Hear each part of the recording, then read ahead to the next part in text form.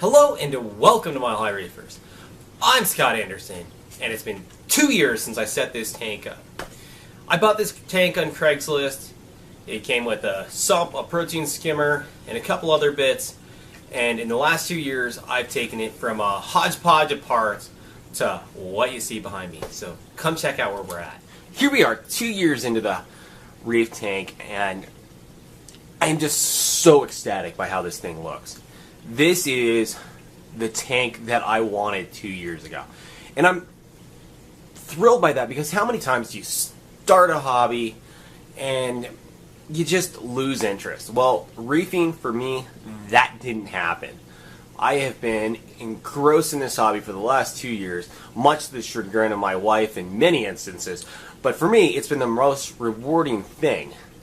There are trials and tribulations, but overcoming those, that's what makes this hobby so rewarding.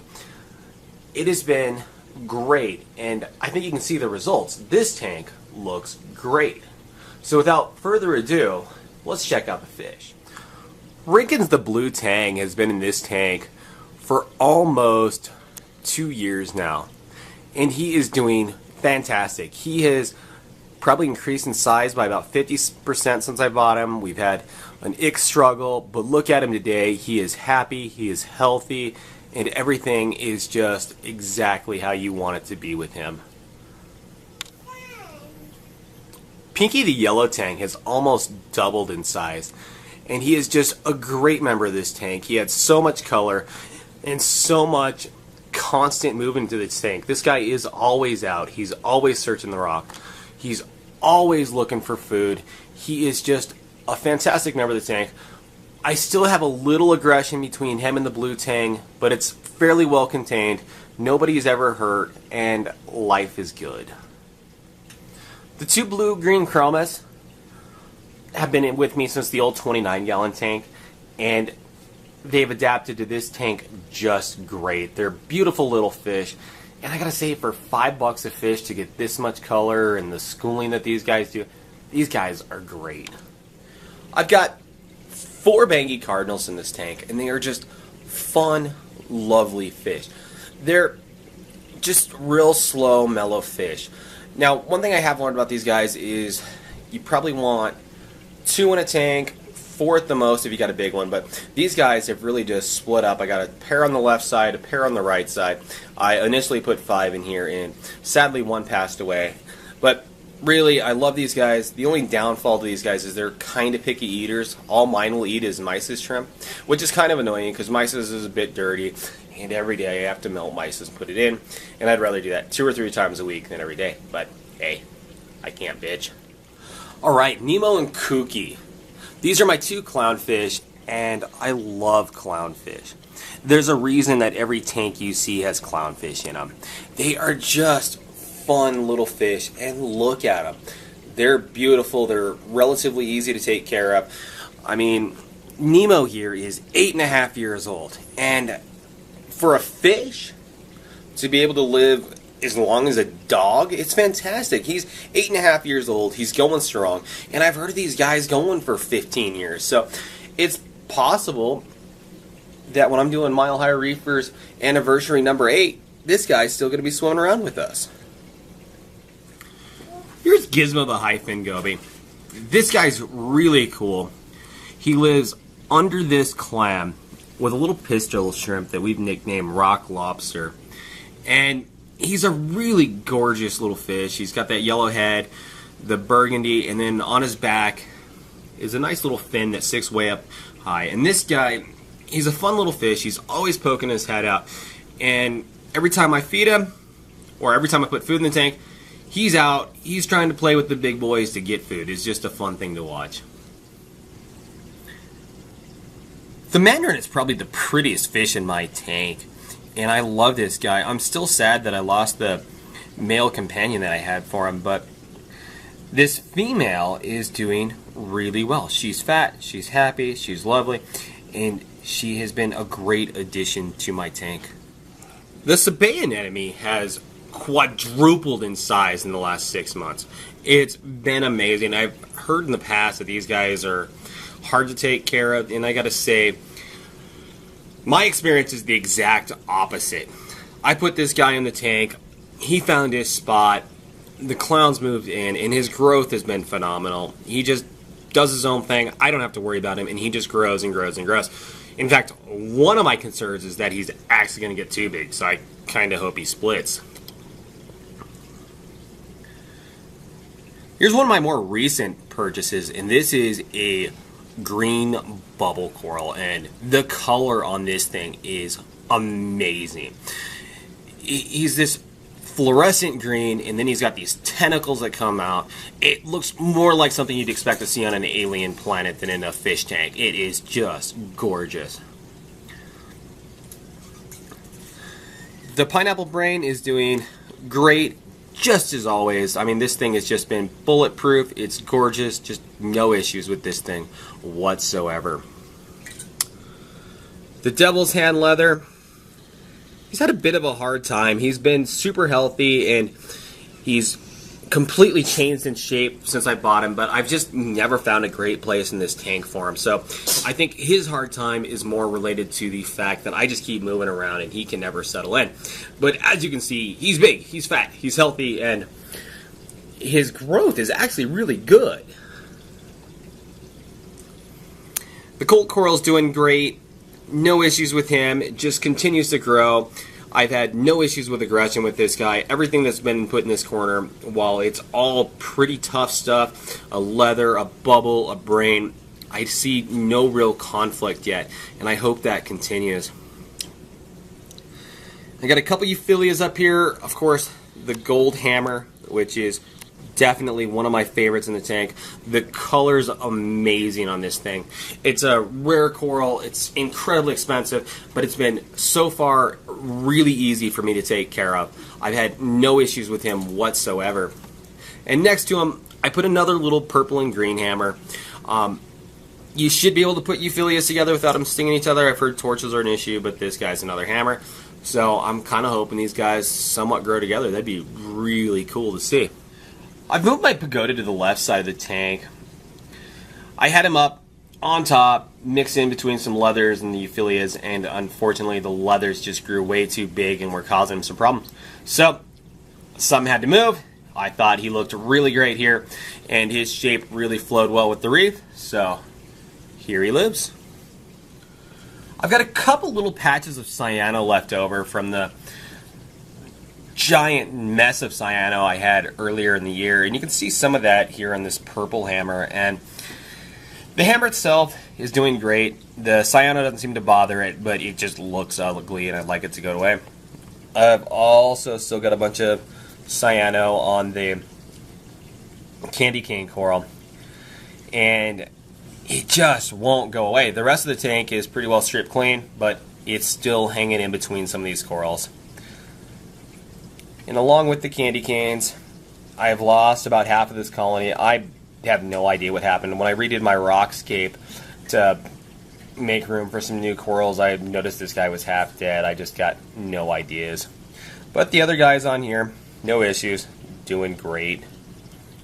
Up on top of the archway, I've got some Montes, and I got this really awesome purple digitata. And he was good size, and he's been growing incredibly fast. I'm really happy with him. He's in high water flow, high light, and he is just loving this spot.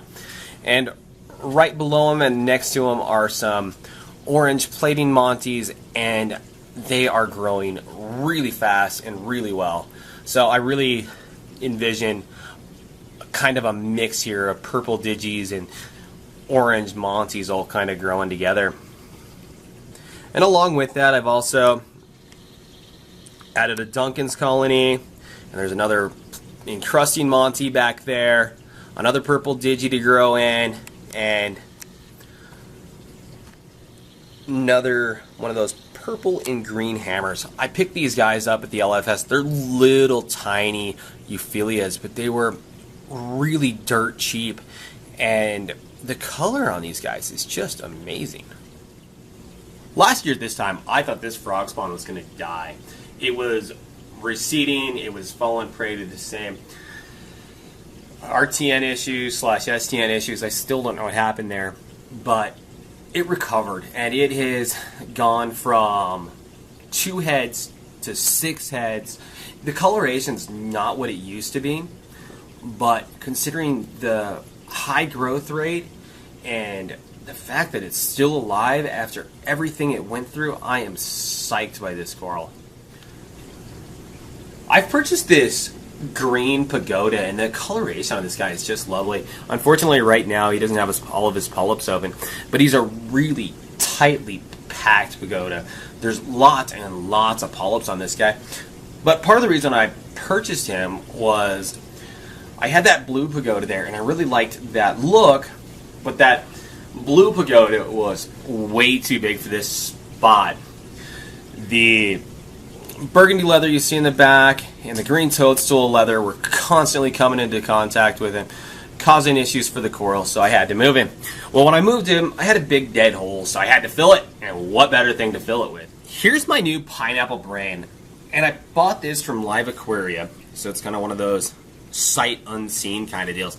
And the colors are great. It's this burgundy and purple, or kind of this reddish purple and light purple. The downside is if you see the top of it, it's kind of bleached out or dying there, but it hasn't been accelerating, and the color is great, and it was relatively cheap, but I would have liked a little more health, but I can't complain about the color. So when I bought the pineapple brain, I also bought this purple worm brand, and it's enormous.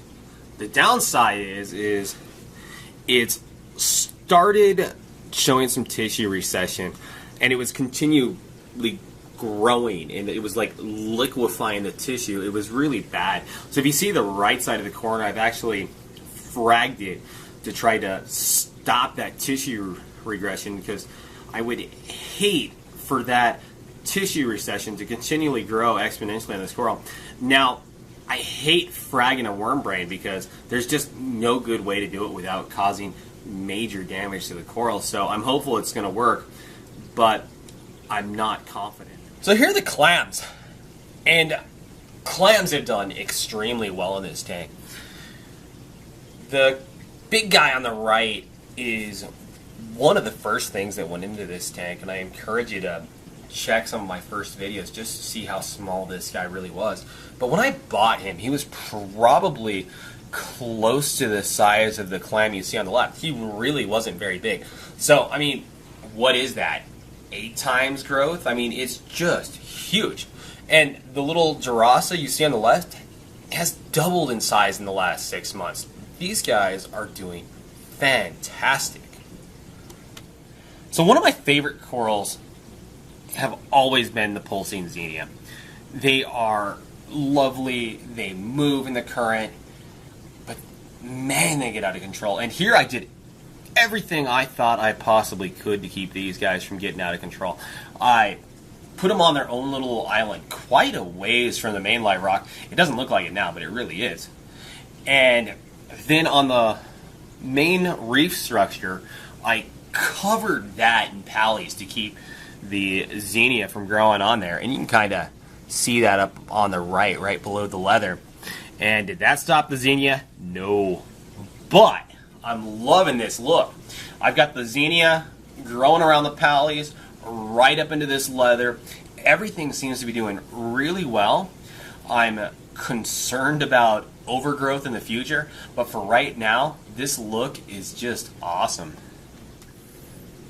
In the back corner, I've got a little leather you can see kind of towards the bottom right, and